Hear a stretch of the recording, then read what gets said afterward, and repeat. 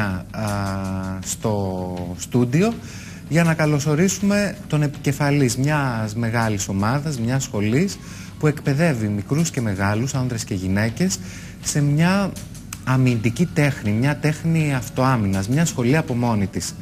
Θα πούμε καλό απόγευμα στο φίλο τον Κώστα το Σταθάκη. Σας ευχαριστώ καταρχήν που μας καλέσατε, να είστε καλά.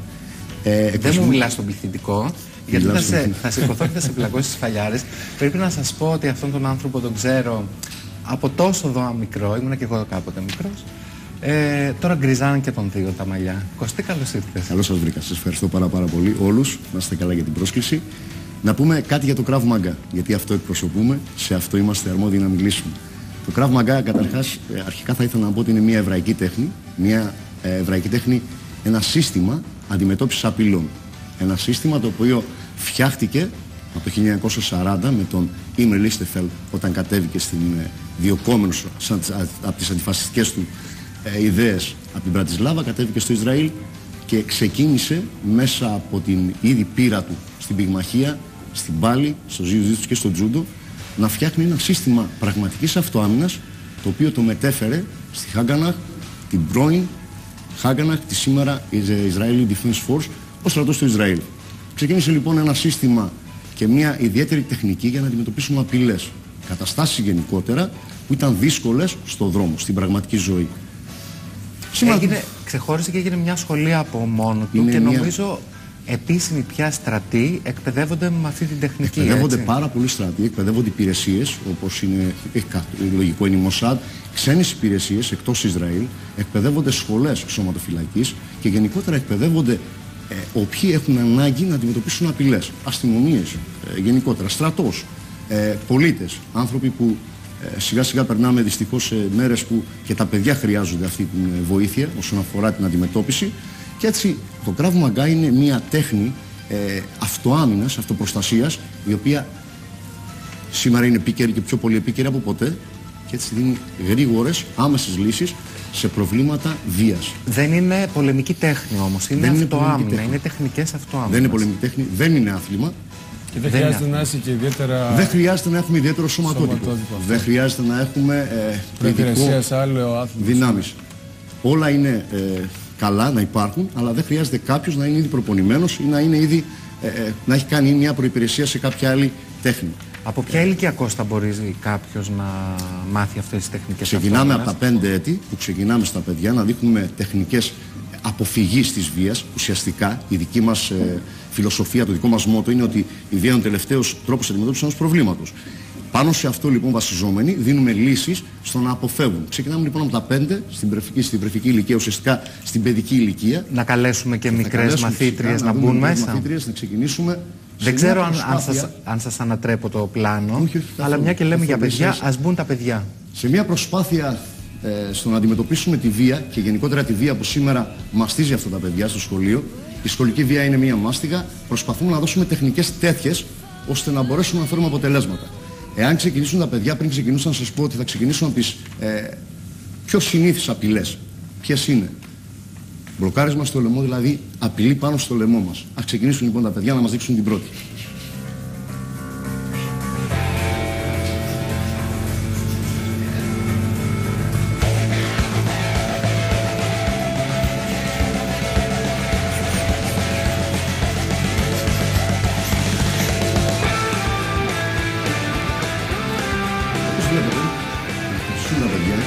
Τα παιδιά είναι σε μια αμυντική, καθαρά αμυντική θέση, δέχονται επίθεση, χωρίς να χτυπήσουν τον επιτιθόμενο, απομακρύνουν την απειλή, φεύγουν και ο σκοπός και η συμβουλή είναι να ζητήσουν βοήθεια. Η σχολική βία θέλει βοήθεια και πρέπει να μιλήσουν γι' αυτό. Είναι μια πρώτη, αν θέλετε, βοήθεια πάνω τη στιγμή που συμβαίνει. Άρα λοιπόν με το Krav Maga δίνουμε μια λύση χωρίς να είμαστε εμείς οι θύτες, ούτε να γίνουμε σε καμία περίπτωση θύτες. Μια πρώτη αφόρμητη αντίδραση. Πολύ ωραία. Είναι η πρώτη αντανακλαστική. Άλλωστε το Krav Maga στηρίζεται πάνω στην αντανακλαστικότητα, δηλαδή στην αντανακλαστική κίνηση του σώματος και του μυαλού συγχρόνως. Πόσα χρόνια τα προπονείς αυτά τα κορίτσια? Τα κορίτσια μου είμαστε τώρα στον 5ο μήνα. Στον 5ο μήνα. Μια χαρά. Σας ευχαριστούμε πολύ. Θεωρητικά στενές φίλο, οπότε είναι και ιδιαίτερα σημαντικό. Είναι εξαιρετικά σημαντικό αυτό που λέτε, γιατί τα παιδιά γενικότερα, σε αυτή τη λέλαπο που υπάρχει αυτή τη στιγμή, θα πρέπει να έχουν ένα όπλο να αμυνθούν. Χωρίς σε καμία περίπτωση, επαναλαμβάνω, να γίνουν θύτες. Αλλά να μην γίνουν θύματα. Άρα, πριν και για να προλάβουν να μιλήσουν για αυτό το φαινόμενο, καλό είναι να βοηθήσουμε τα παιδιά, να τους δώσουμε μια τεχνική ώστε να μπορέσουν να απομακρύνουν τη βία, να διώξουν την απειλή και να μιλήσουν γι' αυτό. Και οι γυναίκες είναι ευάλωτες λόγω σωματικής ανάπλασης στην επίθεση κάποιου άνδρα ή κάποιου πολύ πιο δυνατού από αυτές. Έχεις και γυναίκες στην ομάδα σου που ήρθαν να μάθουν τεχνικές αυτοάμυνας. Έχω την ευτυχία να διδάσκω αρκετές κοπέλες. Το πρώτο πράγμα που δίνουμε είναι ότι πλέον είμαστε όλοι ίσοι. Αυτό είναι το καλό στο Krav Maga. Αν θέλετε, αυτή είναι η μεγάλη του φιλοσοφία, ότι όλοι είναι ίσοι. Ασχέτως σωματότυπου, ηλικίας, φύλου, θρησκείας, είμαστε όλοι ίσοι. Άρα λοιπόν αυτοί οι άνθρωποι που θα αντιμετωπίσουν οι κοπέλες, που θα αντιμετωπίσουν απειλές, θα αντιμετωπίσουν απειλές σε πραγματική έκρηξη βίας. Ας καλέσουμε και σε πραγματικούς τρόμους. Κορίτσια. Ας δούμε λοιπόν την πρώτη, την Κατερίνα μας, να ξεκινήσει. Γεια σου Κατερίνα. Περπατάει και ξαφνικά δέχεται επίθεση. Αυτόματα αντιδράει. Να δούμε και τη Βούλα. Να δούμε σε μία περίπτωση απόπειρας βιασμού.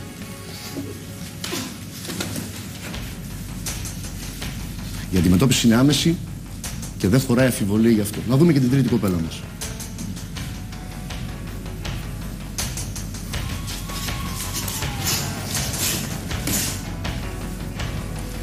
Τα χτυπήματα είναι κέραια, οι κινήσεις είναι απλές, λειτουργικές, αντανακλαστικές και το αποτέλεσμα είναι αυτό που θέλουμε. Να φύγουμε μακριά από τη βία. Και δείχνουμε μια καθημερινή κίνηση. Ας δείξουμε φυσικά. Όπως περπατάς στον δρόμο. Συνθήκες που συμβαίνουν στην πραγματικότητα, στον δρόμο. Ας δείξουμε άλλη μια, την περίπτωση που δυστυχώς υπάρχει και δεν πρέπει να την κλείνουν τα μάτια μας, τις απόπειρες βιασμού.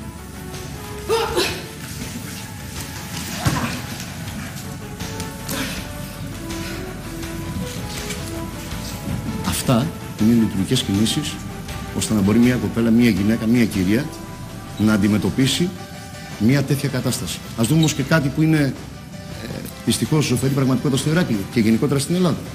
Αρπαγή τσάντας.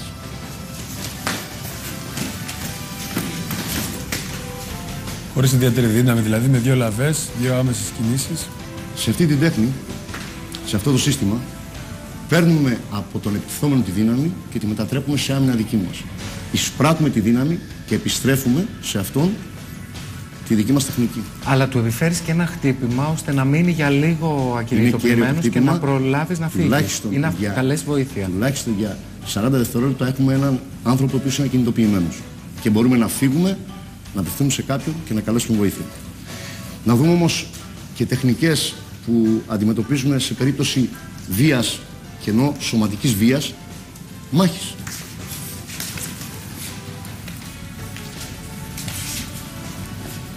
Επιτρέπονται χτυπήματα και με χέρια και με πόδια. Είναι όλα επιτρεπτά. Είναι ένα σύστημα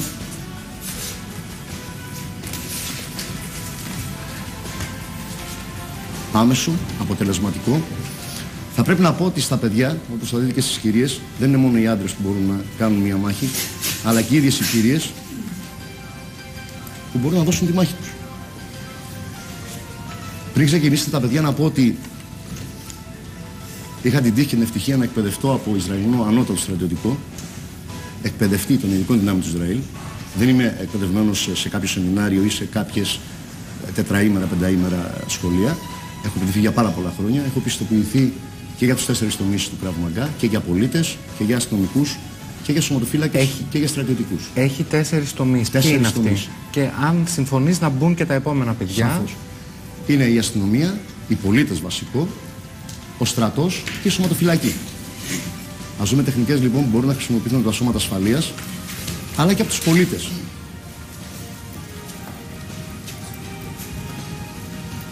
Είναι θέσεις που μπορεί να πάρει κάποιος, είτε αυτός είναι ένστολος είτε άστολος.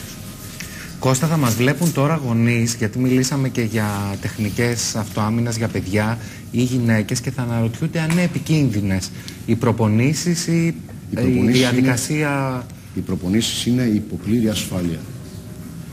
Όταν λέω σε ένα προστατευόμενο περιβάλλον, προσέχουμε να μάθουμε την τεχνική μας. Η εφαρμογή της τεχνικής από αυτά τα παιδιά που έχουν περάσει κάποια χρόνια μαζί μας είναι απόλυτα ασφαλής, όπως βλέπετε, προσέχουν, δεν χτυπάνε. Και αυτό γιατί έχουν τόσο καλή τοποθέτηση σώματος, τόσο καλή τεχνική, άρτια τεχνική και μπορούν να αποφέρουν αυτό που θέλουν, έστω και σε στυλ επίδειξης ή στην πραγματικότητα. Εάν χρησιμοποιήσουν παραπάνω τη δύναμή τους, θα κάνουν αυτό που πρέπει να κάνουν στην πραγματικότητα. Σήμερα σταματάμε εκεί που πρέπει, ώστε να μην χτυπήσει κάποιος. Το ίδιο ακριβώς κάνουμε στις προπονήσεις.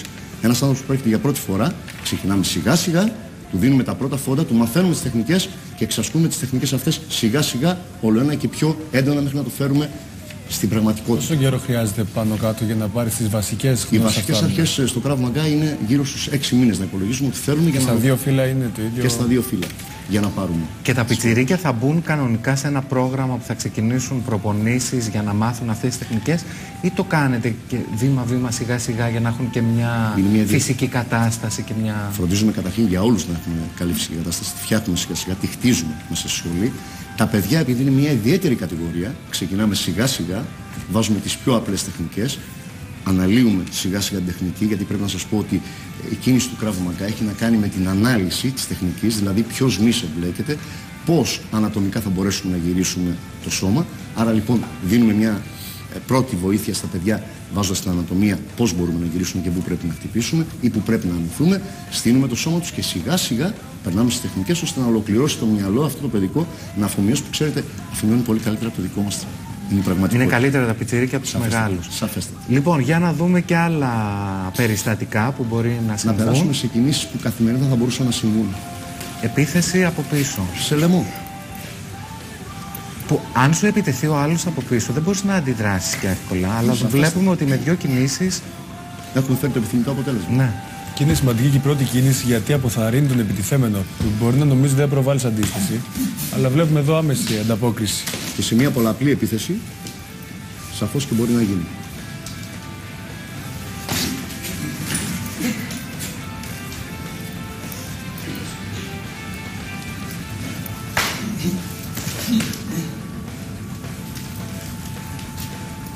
Το χτύπημα στο πόδι ήταν για να χάσει την ισορροπία. Το χτύπημα στο πόδι είναι η ισορροπία του. Ουσιαστικά απομακρύνουν την ισορροπία από το σώμα για να μπορέσουμε να ελέγξουμε το υπόλοιπο σώμα εμείς. Είναι ένας τρόπος για να μπορέσουμε να πάρουμε την ισορροπία του. Σε πολύ δύσκολη θέση να ήσουν κάτω, ας πούμε, ήταν η επιλογή να το. Σαφώς. Να πούμε λοιπόν ότι επειδή τα παιδιά εκπαιδεύονται λόγω της δικής μου εκπαίδευσης καθαρά στο στρατιωτικό κομμάτι, στο πραγματικό αυθεντικό Krav Maga, έτσι όπως είναι, και όχι σε καμία απλούστευση του Krav Maga που δεν θα αποφέρει τα αποτελέσματα που θέλουμε, περνάμε στην ένοπλη βία. Καλός ή κακός, το δείχνετε, το διαβάζουμε στις εφημερίδες, το βλέπουμε καθημερινά. Ζούμε μια πραγματικότητα η οποία έχει μέσα την ένοπλη βία.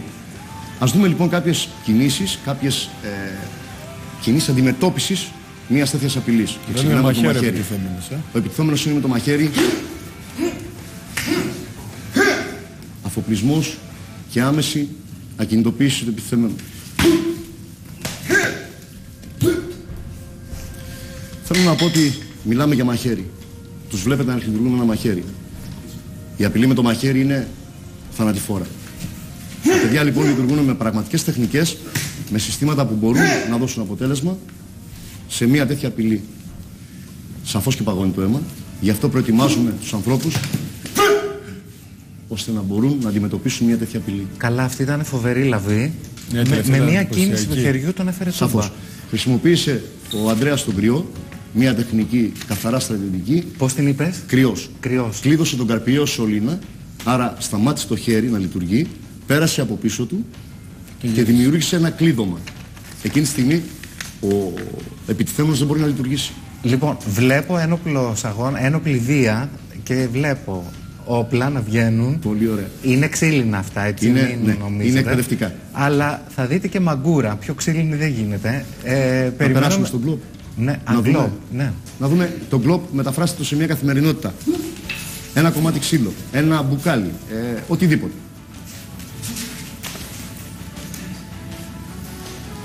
Να δούμε και αυτό που βλέπουμε δυστυχώς τόσο πολύ και μας απασχολεί τόσο πολύ στην Κρήτη. Ναι. Αυτή είναι η μαγκούρα.